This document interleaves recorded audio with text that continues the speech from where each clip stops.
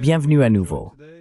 Nous sommes rejoints aujourd'hui par le professeur Richard Wolff pour discuter de ce qui se passe dans l'économie mondiale. Merci beaucoup d'être revenu parmi nous. Avec plaisir, Glenn. Ravi d'être ici.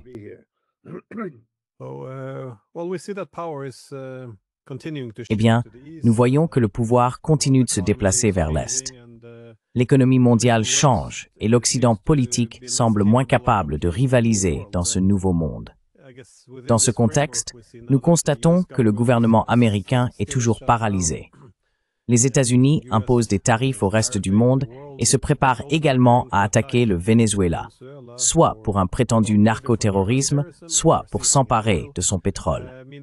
Pendant ce temps, en Europe, on parle désormais de nouvelles façons de légaliser le vol des fonds souverains russes. Et les Néerlandais ont même récemment saisi une entreprise chinoise de semi-conducteurs, Nexperia. Alors, à quel stade du capitalisme en sommes-nous? En voyez-vous un?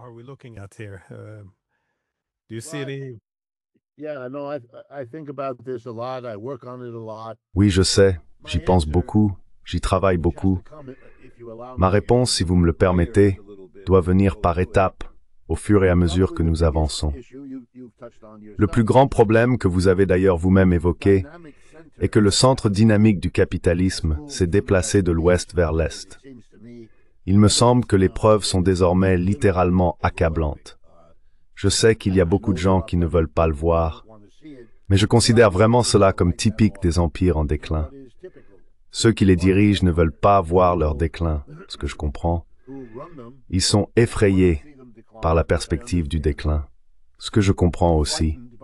Et donc ils font quelque chose que je comprends également. Ils prétendent que cela n'arrive pas.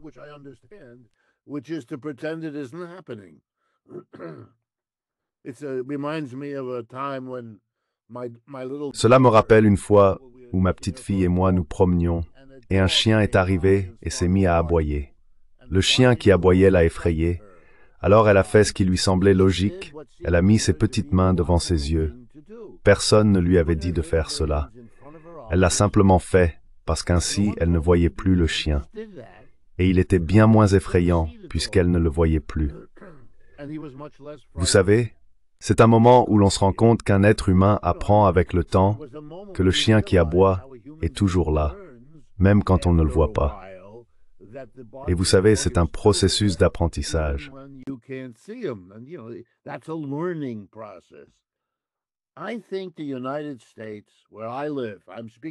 Je pense que les États-Unis, où je vis, je vous parle depuis New York, les États-Unis où j'ai vécu et travaillé toute ma vie, se trouvent dans un état que les psychologues appellent le déni. Une grande partie de sa population, ainsi que la majorité de ses dirigeants, en particulier ceux des partis républicains et démocrates, s'emploient activement non seulement à pratiquer le déni de manière plutôt passive, mais aussi à affirmer le contraire, comme s'ils s'efforçaient de se convaincre eux-mêmes que ce déni n'est pas déplacé, qu'ils n'ont en réalité aucune raison de s'inquiéter. Je le formulerai ainsi. Le centre de gravité du capitalisme s'est déplacé, mais le capitalisme est toujours présent aux États-Unis.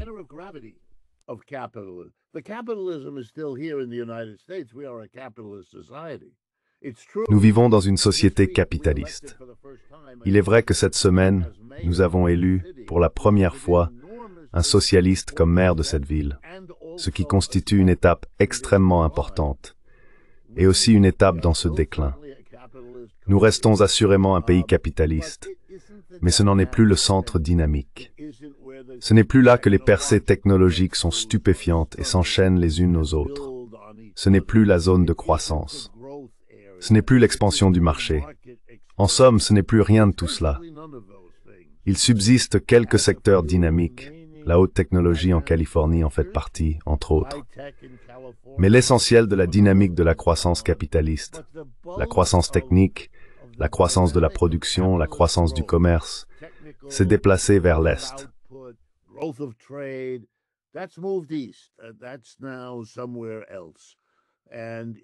C'est désormais ailleurs. Et c'est cet écart, comme tu le sais, toi et moi en avons déjà parlé. Si l'on additionne les PIB du G7, ils étaient à peu près équivalents à celui de la Chine et des BRICS en 2020. Et nous voilà presque 6 ans plus tard, et l'écart se creuse chaque année en faveur de l'Est, non de l'Ouest. Le capitalisme est donc en déclin en Occident. Je dirais que c'est pire en Europe qu'aux États-Unis. Mais quel que soit le cas, la dynamique, la croissance, l'expansion, tout cela est parti vers l'Est. Et on en voit les symptômes dans notre culture ici, littéralement chaque jour.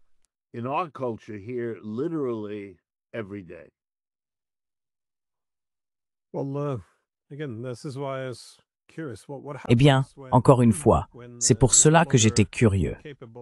Que se passe-t-il lorsque nous ne sommes plus capables de rivaliser? Parce qu'il semble y avoir ces différents réflexes. D'un côté, on jette le livre des règles en ce qui concerne la manière dont le commerce international est censé être mené. Et je pense que vous avez également raison, cette ignorance de la réalité. Nous faisons la même chose avec la guerre en Europe. C'est-à-dire que plus la guerre se dégrade, plus la classe politique se frappe la poitrine et intensifie sa rhétorique. Mais voyez-vous une possible inversion de la situation économique, d'une manière ou d'une autre, pour redresser les choses? Parce que dans tous les domaines principaux, qu'il s'agisse du leadership technologique, de la domination industrielle, de la puissance financière ou du maintien de la suprématie du dollar américain ou de l'euro, voyez-vous une voie que l'Occident pourrait emprunter pour commencer à améliorer sa situation?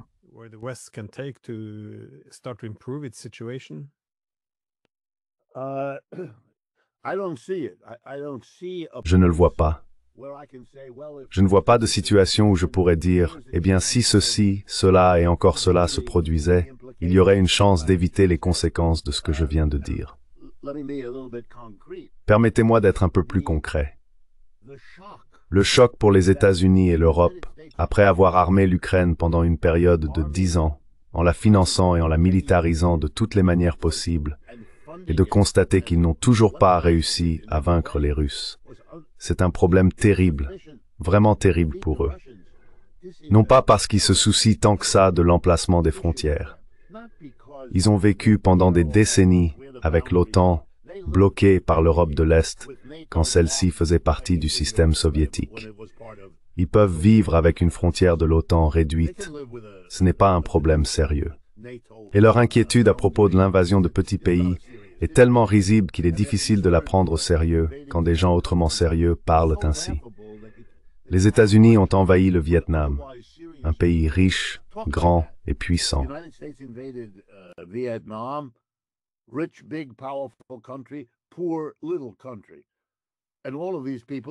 Pauvre petit pays. Et toutes ces personnes n'ont rien dit. Puis les États-Unis ont envahi l'Afghanistan, un pays encore plus pauvre, et personne n'a dit petit. Vous savez, un grand pays envahit un petit pays. Puis l'Irak. Franchement, c'est absurde. Nous sommes sur le point de faire quelque chose au Venezuela. Et quoi donc? C'est un exercice d'illusion.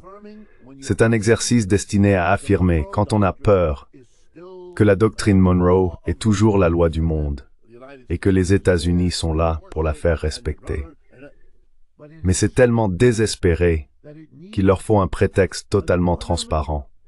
Je veux dire, ces meurtres, je ne sais pas comment cela a été présenté dans la presse européenne, mais je connais les États-Unis, et il y a maintenant eu au moins 60 à 65 personnes, j'en tiens une sorte de compte, qui ont été tuées dans ces bateaux, en partie dans les Caraïbes, en partie sur la côte pacifique de l'Amérique latine.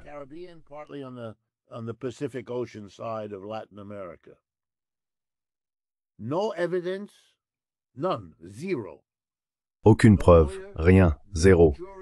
Pas d'avocat, pas de jury, pas de juge, rien. Exécution sommaire par l'armée américaine. Et pour ceux qui regardent cette émission et qui ne connaissent pas le droit américain, nous avons un grave problème de drogue dans ce pays, mais cela dure depuis 50 ans. Toute ma vie, la drogue a été partout.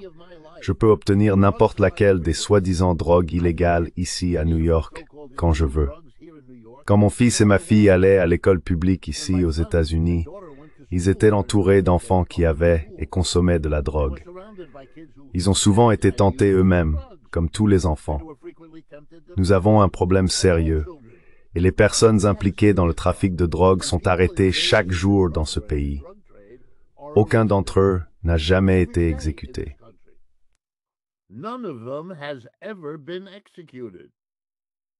The drug trade is not a capital crime in the United Le trafic de drogue n'est pas un crime passible de la peine capitale aux États-Unis. Et pourtant, voici des personnes prétendument impliquées dans le trafic de drogue, à des milliers de kilomètres des États-Unis, ne représentant aucune menace concevable et qui ont été sommairement exécutées. C'est un comportement grotesque. Même les partisans de M. Trump dans ce pays ne savent pas quoi dire. Vraiment pas. Et lorsqu'ils finissent par dire quelque chose, cela ressemble au scénario d'un western médiocre. Des paroles dures du genre « Oh, il faut les attraper, il faut s'en occuper ». C'est puéril, bien que le mot puéril ne suffise pas, car on tue des êtres humains, et un grand nombre d'entre eux, sans qu'on voie la fin, tout en affirmant qu'ils sont vénézuéliens. with no end in and asserting that they are Venezuelan. No way to know who they are. You haven't looked at their... Impossible de savoir qui ils sont. Vous n'avez pas examiné leurs papiers. C'est ridicule. C'est de la fiction et on s'y acharne. Et remarquez, pas seulement Trump, mais aussi le vice-président, le secrétaire à la défense. Ils participent tous à un exercice qu'un humoriste qualifierait de démonstration de virilité dans le vestiaire des hommes à la salle de sport. Il y a quelque chose de très étrange, presque rituel dans sa forme. Pendant ce temps, la situation économique continue de se détériorer. C'est extraordinaire ce que nous observons. Nous sommes ici à New York, attendant de voir à quel point la récession actuelle, déjà en cours, sera grave et combien de temps elle durera, les deux grandes questions que chaque récession pose au départ.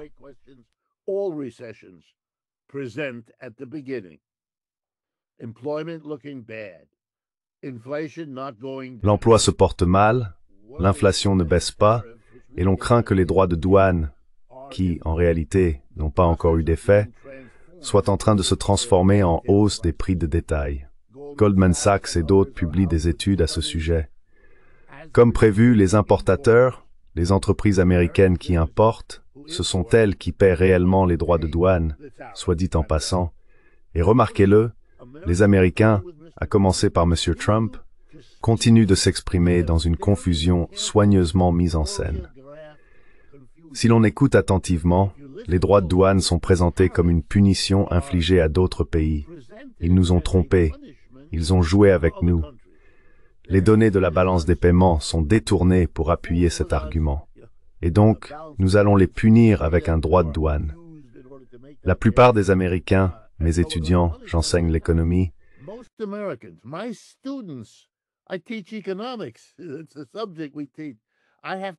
c'est le sujet que nous enseignons. Je dois expliquer à mes étudiants qui ne comprennent pas qu'un tarif douanier est un impôt imposé par le gouvernement américain aux citoyens américains, puisque le gouvernement américain ne peut pas imposer d'impôts aux citoyens d'autres pays.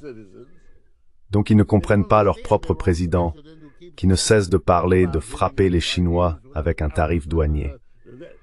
Je le leur explique et ensuite, bien sûr, ils comprennent. Goldman Sachs a réalisé une bonne étude, ils ne sont pas les seuls, qui montre le schéma de transfert. Ils transfèrent désormais la charge, la taxe supplémentaire qu'ils doivent payer, ils doivent la récupérer d'une manière ou d'une autre, et donc les prix dans le secteur de la vente au détail augmentent. Et cela conduit alors, vous savez, c'est remarquable.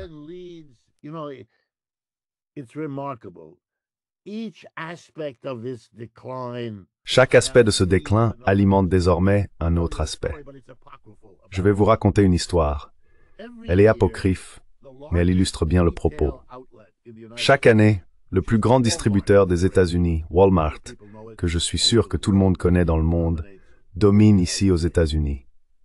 Nous avons la fête de Thanksgiving à la fin du mois de novembre, et traditionnellement, on mange une dinde, cet oiseau préparé pour l'occasion.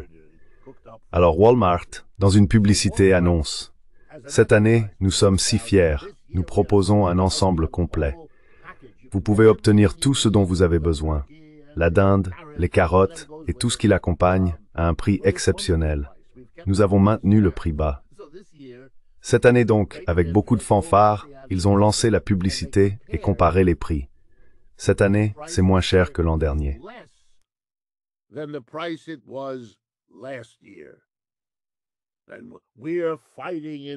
Et nous luttons contre l'inflation. Le président des États-Unis a publiquement félicité et salué Walmart pour son remarquable leadership dans la lutte contre l'inflation. À ce moment-là, tous les journaux du pays, sauf ceux tellement engagés à soutenir M. Trump qu'ils ne pouvaient pas faire ce que je vais décrire, ont souligné que si l'on additionne la liste des articles du panier de Thanksgiving de l'an dernier, il contient un quart d'articles en moins cette année. C'est pourquoi le prix est plus bas. Si l'on compare les mêmes articles de l'an dernier à ceux de cette année, le prix est nettement plus élevé. Très bien, c'est puéril. Mais quelque chose de ce genre se produit désormais presque chaque jour aux États-Unis, et cela ne cesse de révéler et de révéler encore.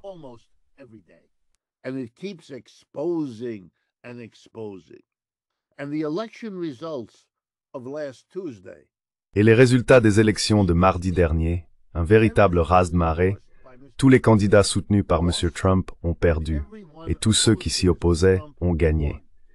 Certes, il s'agit d'un petit nombre de candidats, mais la Virginie et le New Jersey sont des États très importants dans la structure électorale des États-Unis. Et la victoire à New York dépasse toutes les autres, puisque le socialiste, qui, soit dit en passant, n'a pas été qualifié de socialiste par le président. M. Trump s'est corrigé et a déclaré « Ce n'est pas un socialiste, c'est un communiste ». Or, dans ce pays, c'est l'équivalent de dire qu'il s'agit d'un émissaire du diable avec cornes et queues. Alors le président le dénonce. Et que se passe-t-il? Il obtient plus de voix que tous les autres candidats réunis. Il a recueilli plus de 50% des suffrages.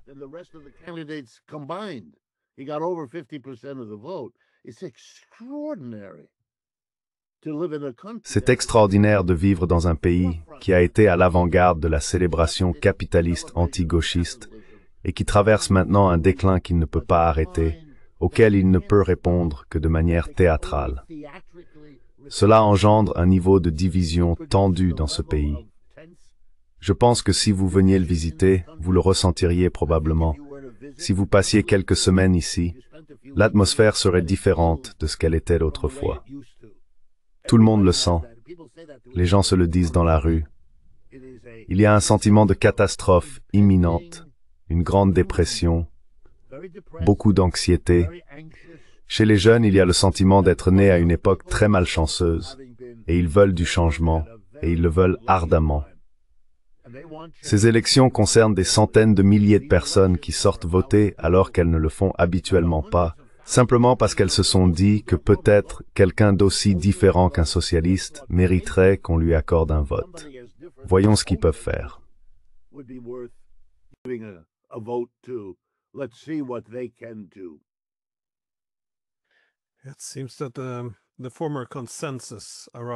Il semble que l'ancien consensus autour du statu quo, bien sûr modifié dans une certaine mesure au cours des 80 dernières années, eh bien, à mesure que le statu quo disparaît, le consensus s'effrite également. On voit donc aussi bien la droite que la gauche prêtes à expérimenter de nouvelles choses. À droite, ils ont évidemment tenté leur chance avec Donald Trump, tandis qu'à gauche, ils essayent quelque chose de différent à New York. Mais ce qui est préoccupant, c'est qu'il n'y a pas de terrain d'entente, comme vous l'avez dit. Ils semblent se détester avec une grande intensité.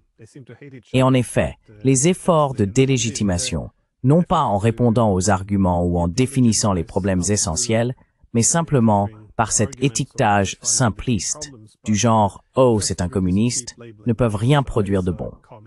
Mais en ce qui concerne le cœur du sujet,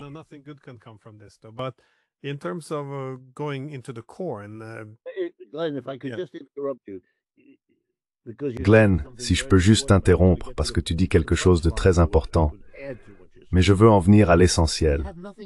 J'ajouterai à ce que tu dis, ils n'ont rien à se dire parce que chaque camp veut blâmer l'autre pour le déclin, mais ne peut pas admettre qu'il y en a un, ce qui est une tâche très difficile. Imagine qu'on te demande de prononcer un discours. Tu es sénateur de quelque part. Un discours dans lequel tu les accuses du déclin de l'Amérique. que tout le monde ressent, mais sans avoir le droit de dire qu'il y a un déclin. Le plus proche que tu puisses dire, c'est le slogan de M. Trump, « Rendre sa grandeur à l'Amérique ». Make America great again.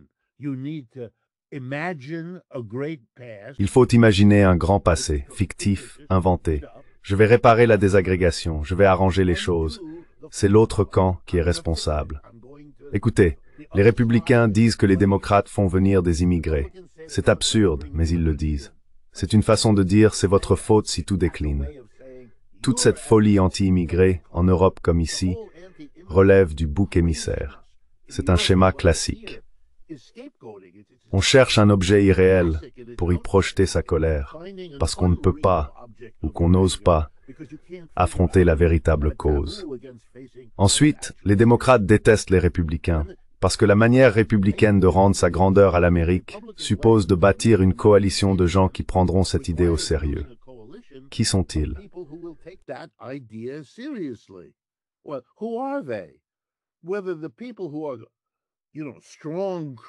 Qu'il s'agisse des personnes qui sont, vous savez, de fervents chrétiens et qui doivent affronter la réalité selon laquelle l'intérêt pour la religion aux États-Unis est en déclin depuis 100 ans. Rien ne changera cela, du moins pas dans un avenir prévisible. Et cela effraie ceux pour qui la religion reste une question importante. Mais ils la voient disparaître. C'est devenu un sujet de moquerie à la télévision. Les gens ne la prennent pas au sérieux, et quand ils le font, c'est d'une manière très formaliste. On voit soudain la résurgence de la suprématie blanche. Pourquoi? Parce qu'une partie de la population s'est accrochée à cette idée de hiérarchie raciale depuis 100 ans, et elle la voit disparaître, lentement, progressivement, mais vous savez, de plus en plus.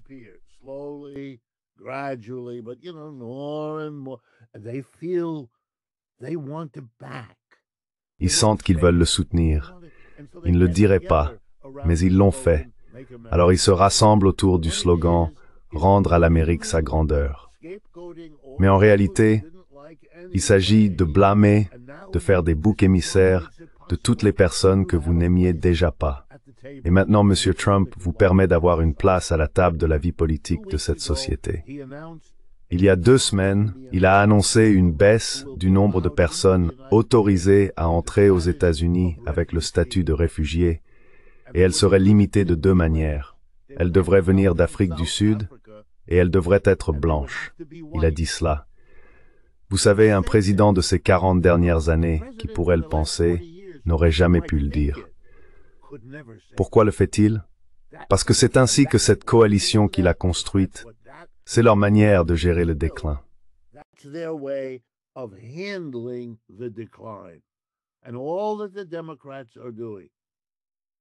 Et tout ce que font les démocrates, ils ne sont pas en désaccord.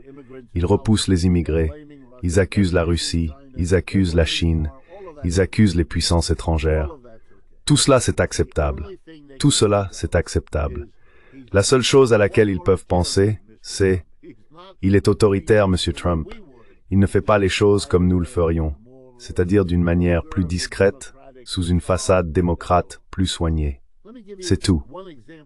Laissez-moi vous donner un exemple qui s'est produit il y a 2 jours. Kamala Harris, vous savez, la femme qui s'est présentée à la présidence en novembre dernier, a publié un tweet le jour de l'annonce de la victoire de Mamdani à New York. Elle est démocrate. Mamdani, du moins légalement, est démocrate. C'est donc la victoire d'un démocrate, un jeune, nouveau démocrate.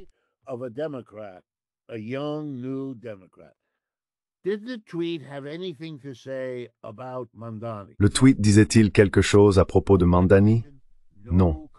Aucune félicitation. Aucun commentaire sur ce que cela pouvait signifier.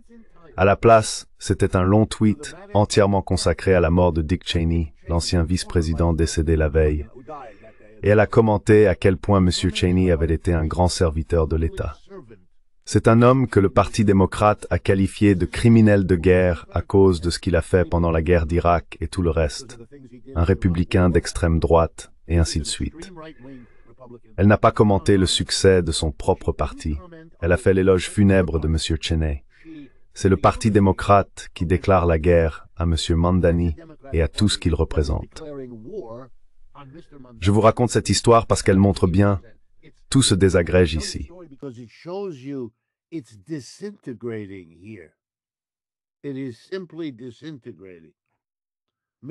Cela est tout simplement en train de se désintégrer. Au moins un tiers des partisans de M. Trump le croient vulnérable à ce qui va enfin être révélé dans l'affaire Epstein. Il perdra un grand nombre de soutiens à cause de cela. Tout le monde le pense. Je ne sais pas si c'est vrai, mais tout le monde le pense. Et il a perdu l'élection. Cela ne peut pas le renforcer au sein du Parti républicain. Il y a une douzaine de personnes autour de lui qui veulent le remplacer et prendre sa place. On assiste donc à une désintégration à plusieurs niveaux dans une société dont l'empire s'efface et qui risque de tomber en récession d'un jour à l'autre, au point de devenir si vaste et si puissante que cela n'est plus seulement commenté dans la presse financière, mais aussi par le grand public.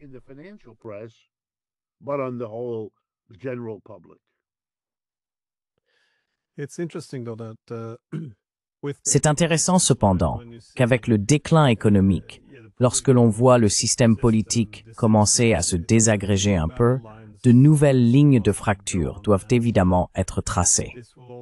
Et cela implique toujours de définir qui nous sommes par rapport aux autres, ce qui, comme vous l'avez souligné, est en train de changer à la fois dans le Parti démocrate et dans le Parti républicain.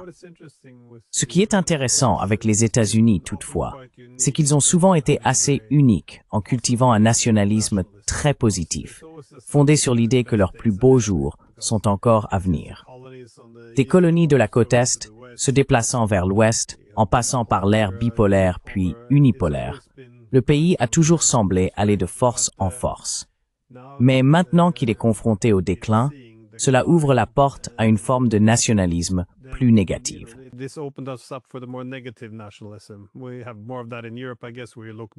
Nous avons davantage de cela en Europe, je suppose. Cette tendance à regarder en arrière vers un passé glorieux, désormais révolu, et à chercher quelqu'un à blâmer. Et bien sûr, on voit cela apparaître aussi aux États-Unis. Idéalement, pour l'unité américaine, il suffirait de blâmer la Chine et d'entrer dans une nouvelle guerre froide. J'emploie le mot « idéalement » avec précaution ici. Ce n'est pas non plus un grand avenir. Ou bien sûr, on commence à se retourner contre les siens. Autrement dit, si l'on se demande « qui sommes-nous par rapport à eux ?» et que le principal groupe extérieur devient son propre peuple, sa propre opposition politique, on a un problème. Il me semble toutefois que les Européens espèrent que les lignes de front se déplaceront d'une manière qui nous laissera du côté américain. Il est également intéressant de noter que Trump désigne, par exemple, l'Union européenne comme étant encore pire que les Chinois en matière d'exploitation.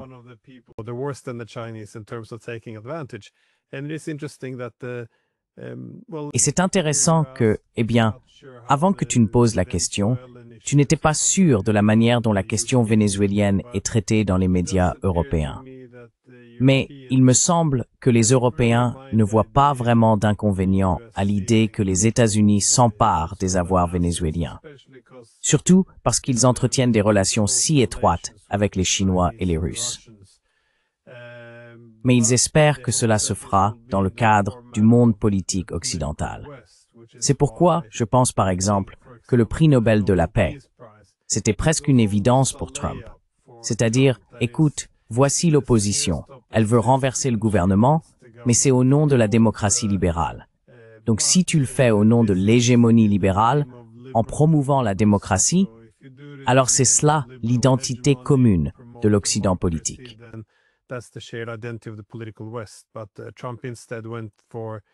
Mais Trump a plutôt opté pour le narcoterrorisme, donc davantage de sécurité dure à l'américaine. Je pense qu'il ne se soucie pas de la destruction du Venezuela, tant que, vous savez, nous sommes du côté de l'Amérique dans ces lignes de front, tandis que les Européens se retrouvent à l'extérieur. Mais l'as-tu vu? Penses-tu que les États-Unis prennent leur distance avec l'Europe? Ou comment vois-tu l'évolution de cette relation pendant ce déclin politique? Et quand je dis l'Amérique, je me rends bien compte qu'il y a différentes forces politiques.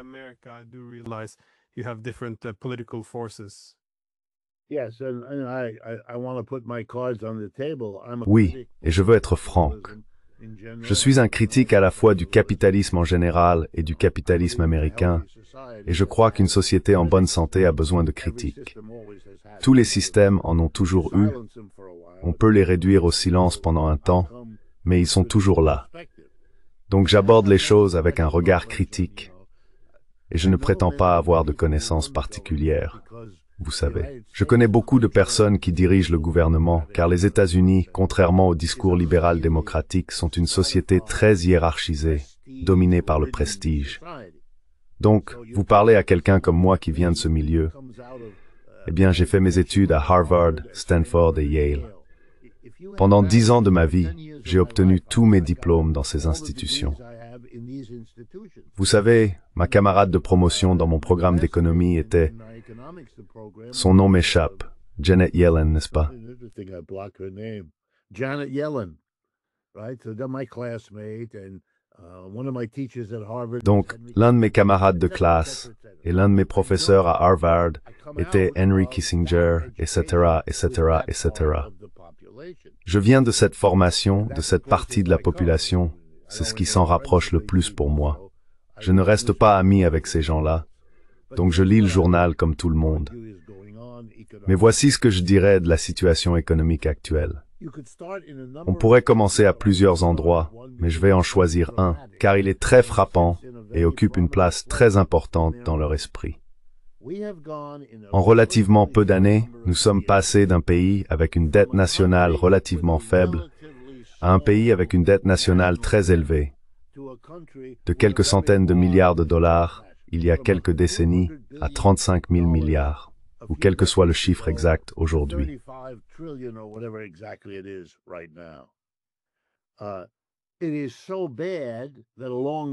C'est tellement grave qu'en cours de route, nous avons perdu notre note de crédit AAA auprès de Standard & Poor's, Moody's et Fitch, les 3 principales agences de notation au monde, toutes américaines. Elles ont toutes abaissé la cote de crédit des États-Unis. Il y a d'autres pays qui conservent encore la note AAA. Nous n'en faisons pas partie. Pourquoi? Parce que nous approchons du point qu'a atteint Liz Truss il y a quelques années en Angleterre. Celui où l'on veut emprunter beaucoup d'argent et où les marchés financiers répondent. Pas question. Et c'est très grave. Nous sommes tellement endettés que les investisseurs perçoivent un risque. Celui qu'un politicien, de gauche ou de droite, mobilise le public autour d'un slogan du type « Pourquoi payons-nous des intérêts aux milliardaires d'autres pays plutôt que de nourrir nos enfants ?» C'est un argument puissant.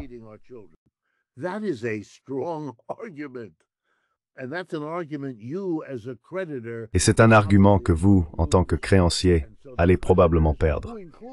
Ainsi, les créanciers, qui incluent les banques américaines, les entreprises, et ainsi de suite, se retirent. Un président entrant doit faire quelque chose à propos de cette dette. Nous accumulons des déficits de plus d'1, voire 2 billions par an. C'est complètement hors de contrôle. Et d'ailleurs, cela fait partie d'un empire en déclin. Les entreprises et les riches veulent que le gouvernement leur fournisse toutes sortes d'avantages et de services, mais ils ne veulent pas payer d'impôts, et ils soutiennent les politiciens qui agissent en ce sens. C'est la même chose en Europe. La masse de la population veut aussi des choses du gouvernement, et vous les avez déjà accablés d'impôts. Vous ne pouvez pas aller beaucoup plus loin, il y aura une révolte. Si vous taxez les entreprises et les riches, vous ne recevrez plus de dons.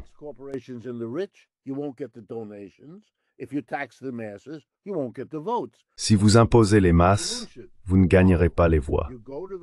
Alors la solution, c'est d'emprunter. Vous allez voir les entreprises et les riches et vous leur dites « Nous ne vous taxerons pas, mais vous devez nous prêter l'argent que nous ne taxons pas. Nous vous le rembourserons et nous vous paierons des intérêts. » Pour les riches, c'est évidemment merveilleux. Quel excellent choix entre payer un impôt et prêter au même gouvernement. Ainsi, les dettes deviennent folles, car cet arrangement politique ne produit aucun autre résultat, comme personne ne devrait s'attendre à ce qu'il en soit autrement. Mais maintenant, vous êtes arrivé au bout. Comme tout autre emprunteur excessif, vous avez épuisé le crédit disponible. Pourquoi est-ce que je souligne cela? Parce que M. Trump, dont la compréhension de ces questions n'est pas la meilleure, et, si cela vous inquiète, laissez-moi vous assurer que Scott Bessent, son conseiller, est tout à fait sur la même longueur d'onde.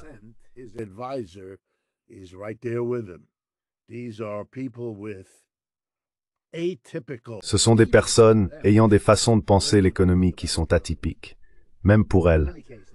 En tout cas, elles sont arrivées avec cette idée. Nous sommes dans une situation terrible. Nous ne pouvons pas et ne voulons pas taxer les entreprises et les riches. C'est exclu, c'est un tabou. Nous ne ferons jamais cela. Alors que reste-t-il? Comment allons-nous maintenir le système sans nous endetter de manière insensée? La réponse est bien, c'est une situation désespérée. Une situation désespérée appelle des mesures désespérées. Cela signifie que nos anciens alliés ne peuvent plus être exemptés. Nous n'exemptons que nos propres entreprises et nos propres riches. Eux, nous savons que nous devons nous en occuper. Mais nous ne faisons plus cela pour les Canadiens, ni pour les Mexicains, ni pour les Européens.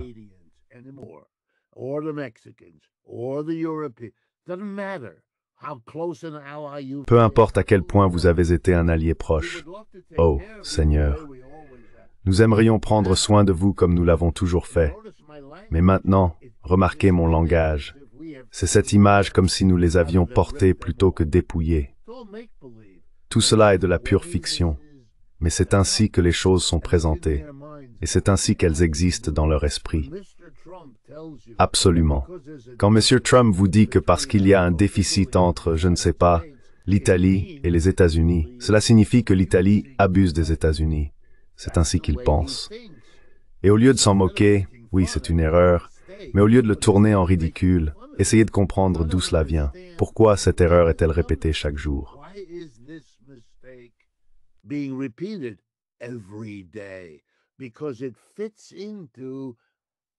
Parce que cela s'inscrit dans l'idée que nous allons désormais sauver l'Amérique en utilisant sa propre taille, sa propre importance. Pour les Britanniques, les Néerlandais, les Chinois, les Japonais, ils vont devoir nous payer pour avoir accès à la force que nous possédons. Et c'est ainsi que nous allons maintenir notre puissance. C'est ainsi que nous allons la conserver. Donc, nous n'allons aider personne d'autre. Vous voulez des troupes en Europe? Vous payez. Vous voulez un bouclier militaire? Vous payez. Vous voulez mener la guerre en Ukraine? Vous payez. Nous ne ferons pas cela. Nous préservons nos ressources pour traverser cette période difficile. Et nous allons vous prendre chaque centime possible.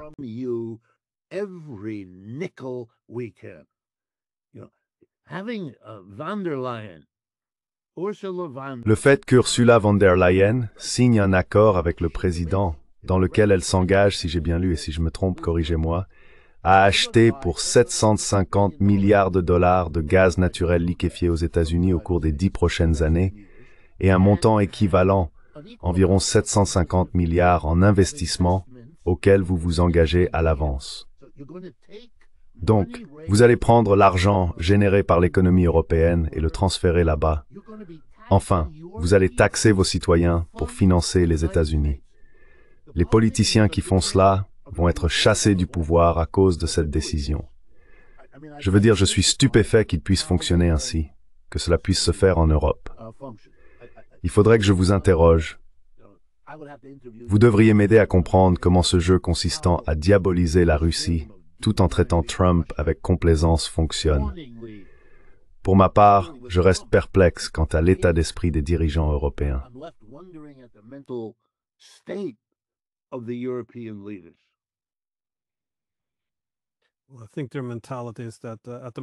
Je pense que leur état d'esprit actuel, c'est que Trump a jeté l'ancien échiquier en l'air et qu'ils veulent, lorsque les pièces retomberont, qu'elles se placent de manière à ce que, comme je l'ai déjà mentionné, lorsque les nouvelles lignes de front seront tracées, les Américains considèrent les Européens comme faisant partie de nous, en somme.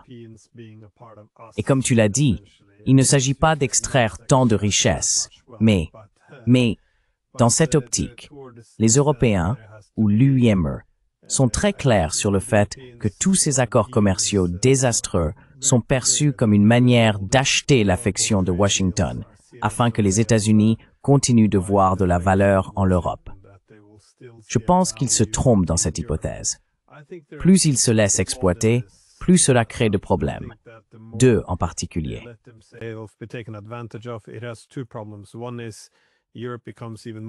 Premièrement, l'Europe devient encore plus affaiblie et plus vulnérable, de sorte que les États-Unis sont moins enclins à la considérer comme un partenaire égal.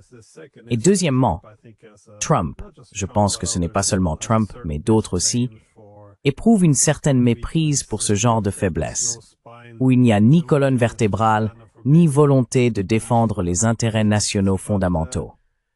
Mais vous avez mentionné que les États-Unis étaient prêts à extraire toute cette richesse de leurs propres alliés.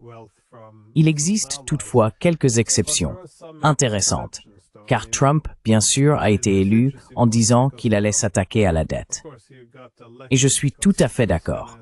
Je pense que c'est là le cœur du problème. C'est ce qui rend tout cela insoutenable. Mais il compte y parvenir en mettant fin aux guerres sans fin.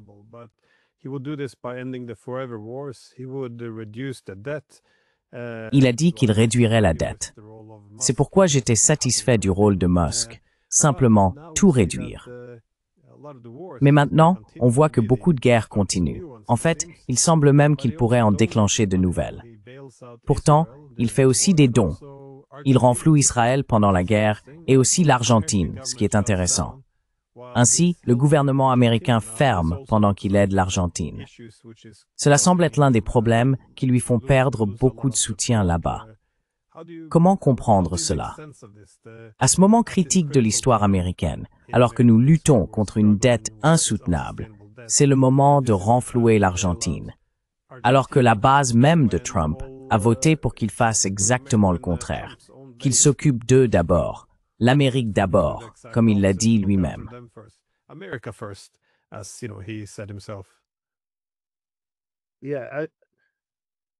M. Trump est avant tout un professionnel du spectacle. C'est ainsi qu'on l'appelle ici. C'est un artiste. Il comprend que la manière dont on se présente est d'une grande importance et peut vous mener très loin. Il s'est produit lui-même jusqu'à la Maison-Blanche. En d'autres termes, il a prouvé sa propre hypothèse dans son esprit. Il a montré, regardez, je n'étais pas un étudiant, je n'ai jamais beaucoup compris. J'ai été un playboy toute ma vie.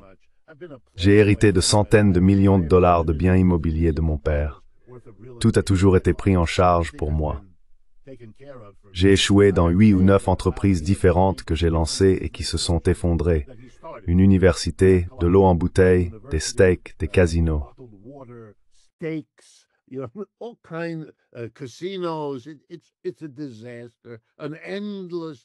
C'est un désastre sans fin, ponctué par une histoire d'enchevêtrements juridiques qui sont devenus une source d'humour dans cette culture. C'est un plaideur modèle qui perd sans cesse, mais s'en moque, parce qu'il a assez d'argent pour que le but de la loi soit d'ennuyer les autres, de les agacer, de leur soutirer de l'argent en frais juridiques, afin d'utiliser sa fortune pour faire fonctionner la loi à son avantage. C'est l'exemple classique. Alors pourquoi est-ce que je vous raconte ça? Si vous regardez les politiques, il n'y a aucun suivi. Il n'y a pas d'examen du type « D'accord, si nous faisons cela, cela aura un effet négatif ailleurs. Nous pouvons quand même le faire, mais comment gérer cet effet négatif pour qu'il ne revienne pas annuler ce que nous essayons d'accomplir ?»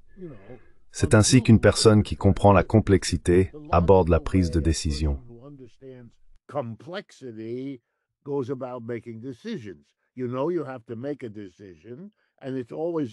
Vous savez, il faut prendre une décision. Et c'est toujours un risque. Mais on peut atténuer ce risque en examinant, si vous me permettez l'expression, d'une manière hégélienne, les contradictions intrinsèques dans les actes que l'on entreprend. Vous savez que c'est ainsi que le monde fonctionne. Lui, non. Lorsqu'il dit « Je peux mettre fin à la guerre en Ukraine avec quelques coups de téléphone en une semaine », il a en tête que c'est quelque chose qu'il peut faire. Et s'il n'y parvient pas, il va se mettre très en colère contre quelqu'un qui, selon lui, s'est immiscé de manière inappropriée, illégale, avec une intention malveillante, dans la bonne action qu'il s'apprêtait à accomplir. Et il est stupéfait. Et il les abattra, et il se sentira en droit de les abattre, parce qu'ils sont soit ignorants, soit pervers, soit les deux, en s'opposant à lui. Ainsi, il découvre que ce ne sont pas seulement les Européens.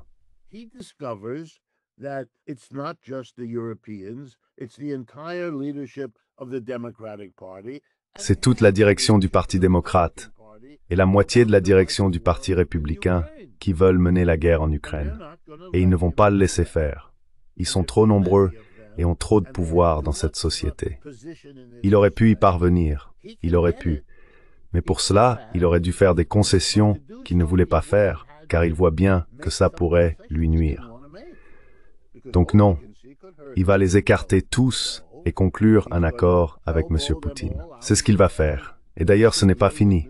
Si la situation se détériore, il essaiera probablement de le faire à nouveau. Et vous savez comment les Russes réagiront? Je n'en sais rien. Je suis sûr qu'ils y pensent tout le temps. Lui, il ne réfléchit pas jusqu'au bout.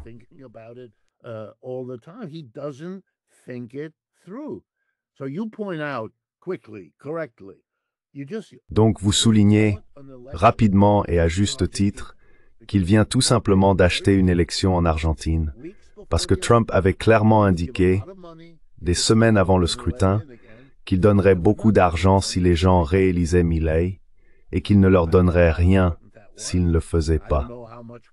Maintenant, je ne sais pas à quel point cela a été déterminant, ni dans quelle mesure une activité clandestine est venue compléter cette activité ouverte.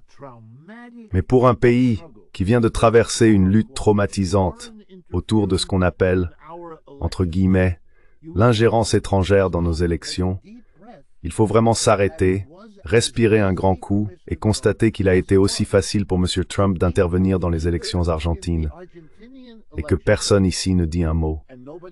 Je veux dire, un parti démocrate doté d'un minimum d'indépendance intellectuelle aurait compris votre remarque.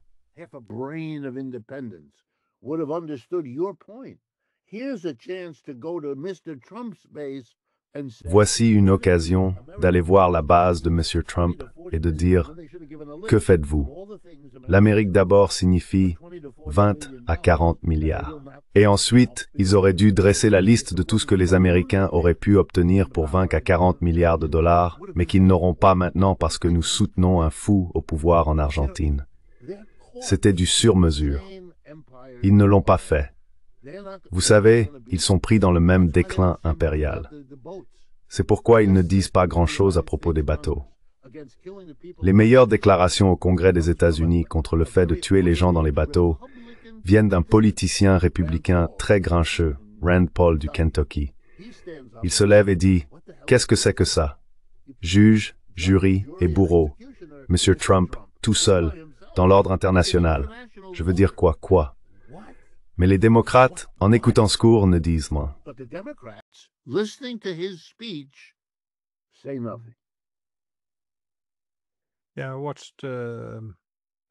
Oui, je l'ai vu faire d'autres commentaires aussi, disant qu'environ 1 bateau sur 4 contrôlé pour la drogue n'en transporte en réalité pas, ou qu'il y a erreur. Alors il a dit, eh bien, si on suit les mêmes chiffres, on tue une personne innocente sur 4. Encore une fois, si c'était légal de tuer des gens dans les eaux internationales, avant même de savoir ce qu'il y a sur le navire, dans notre pays.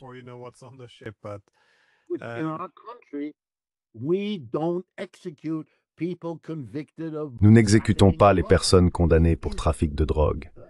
Mais laissez-moi vous avertir. Laissez-moi aller un peu plus loin. Les Européens devraient longuement réfléchir avant de décider de se ranger du côté d'un pays dont l'empire est en train de s'effondrer, dont les divisions internes ont atteint un niveau effrayant d'hostilité. Vous savez, avec cet exemple des bateaux et celui de l'ICE, avec ce que cela fait à l'intérieur, je veux dire, vous allez vous ranger de quel côté? Du côté des idéaux libéraux et démocratiques du passé. C'est du passé.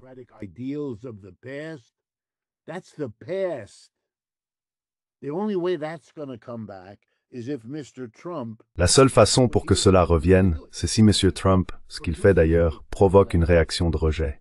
Et M. Mandani, s'il est intelligent et bien conseillé, ce que je soupçonne, comprendra que son levier de pouvoir le plus important ici même, au centre financier du capitalisme occidental, New York où je me trouve actuellement, consiste à aller voir, et il ira voir, le dirigeant de JP Morgan Chase et tous les autres grands établissements financiers pour leur dire « Vous avez misé votre argent sur M. Trump.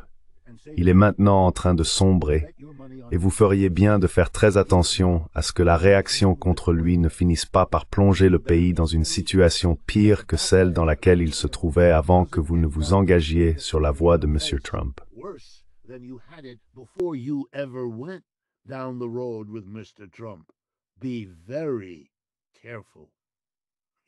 Soyez très prudent. La phrase non dite est « Vous avez besoin de moi. Vous avez besoin d'un ami à gauche, car lorsque le virage à droite se révélera incapable de résoudre les problèmes du système capitaliste américain, vous savez où ira la classe ouvrière. À gauche. » Et permettez-moi de rappeler à tout le monde que la dernière fois que le capitalisme s'est effondré, dans les années 1930, la classe ouvrière américaine est allée à gauche. Elle a soudainement donné naissance à deux partis socialistes et un parti communiste d'une taille considérable, qui ont travaillé avec le CIO pour syndiquer la classe ouvrière américaine d'une manière qu'elle n'avait jamais connue auparavant et qu'elle n'a jamais revue depuis. Ce fut le sommet.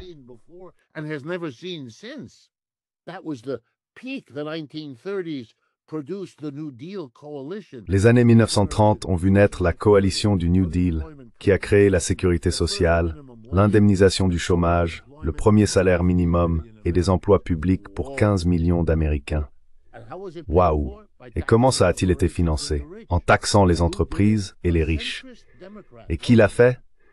Un démocrate centriste, Roosevelt, qui avait fait campagne en 1932 pour un budget équilibré. Autrement dit, il n'avait rien d'un gauchiste. Pas le moindre. Et soudain, waouh, c'est exactement ce qui doit trotter dans leur tête maintenant que M. Mamdani leur donne un avant-goût saisissant de la façon dont cela peut émerger ici même, à New York. Toute la direction de la classe capitaliste new-yorkaise s'est mobilisée pour arrêter M. Mamdani.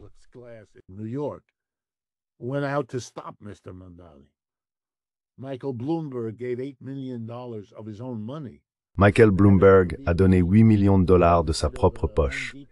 Le patron d'Airbnb, le patron de Home Depot, ce sont les milliardaires de ce pays qui injectent de l'argent, tout ça pour rien, pour une défaite humiliante. L'élection n'était pas serrée, pas du tout. C'était écrasant. Je suis en plein milieu. J'ai voté à cette élection parce que je vis à Manhattan et je sais ce que mes voisins me disaient, ce que je n'arrivais pas à croire dans les mois qui ont précédé. Je ne croyais pas qu'il pouvait y arriver, mais tous mes voisins votaient pour Mamdani. Des juifs, des personnes âgées, des jeunes. Vous savez ce que c'était? Il y a peut-être là un grand indice.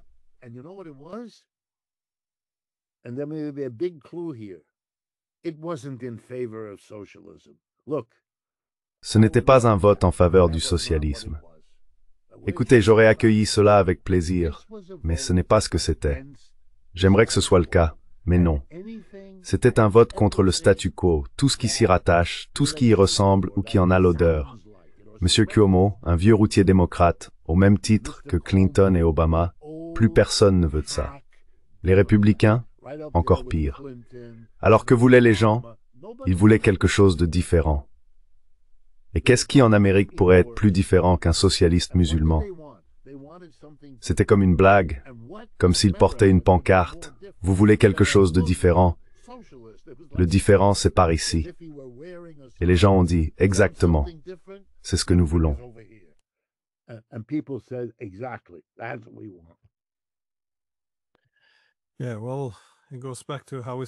Oui, eh bien, cela remonte à la façon dont tout a commencé. Quand le statu quo n'est plus tenable, les gens sont prêts à jeter une énorme clé dans le système, juste pour provoquer un changement et rompre avec un statu quo qui se reproduit sans cesse. Je pense que la grande ironie ici, cependant, c'est que c'est exactement ce qui a permis à Trump d'être élu. Parce qu'il disait, vous savez, ces élites, c'est pas nous, je vais vous sauver. Et ils ont effectivement jeté cette clé dans le système. Mais maintenant, bien sûr, c'est lui qui gère ce déclin économique. Et il semble que la meilleure chose qu'il puisse faire soit de dire aux gens que tout va merveilleusement bien, que nous avons l'économie la plus dynamique du monde. Mais à mesure que les gens se rendent compte que ce n'est pas leur réalité, que la bourse a peut-être grimpé, mais que le niveau de vie continue de souffrir. Ils se tourneront vers la prochaine personne prête à jeter la clé dans le système. Et ce sera peut-être votre nouveau maire.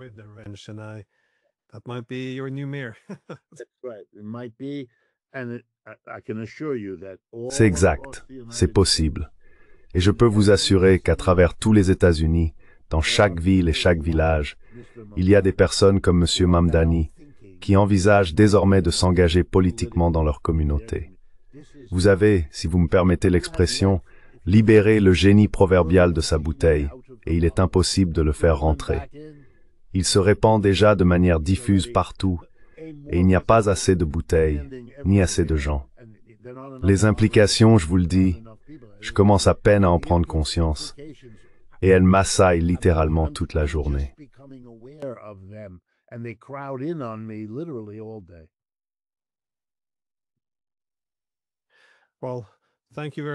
Eh bien, merci beaucoup de m'avoir permis de profiter de votre expertise. Ce sont des temps fascinants.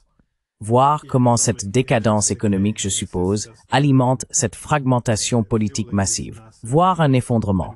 Donc, encore merci.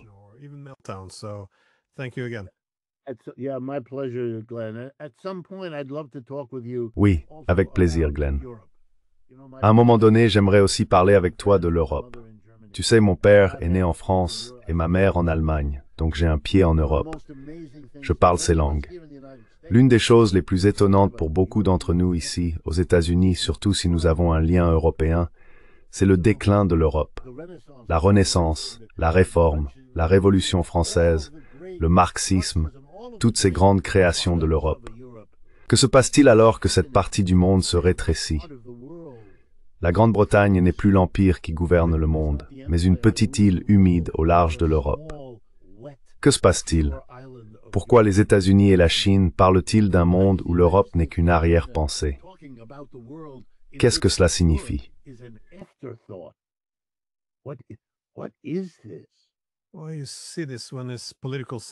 Eh bien, on voit cela lorsqu'il y a des accords politiques conclus à Gaza ou ailleurs dans le monde. Les Européens, s'ils sont invités, ne sont là que pour rester en arrière-plan et être tournés en dérision. Et vous savez, en tant qu'Européen, je trouve cela déchirant de voir la direction que prend le continent. Mais on me l'a expliqué ainsi. Enfin, je n'ai pas parlé directement, mais j'étais à une conférence la semaine dernière avec le ministre des Affaires étrangères de Hongrie à Minsk. Et il l'a formulé en ces termes. Les Européens traversent une crise de rationalité et de bon sens. Mais j'aimerais beaucoup discuter de cette question avec vous la semaine prochaine ou plus tard, si vous êtes disponible. Alors, merci. Je pense qu'une partie de ce qui déterminera l'avenir de l'Europe dépendra bien sûr principalement de l'Europe elle-même, mais aussi de l'attitude ici, de la manière dont les gens perçoivent l'Europe à travers le prisme de l'expérience américaine. Très bien, nous en reparlerons.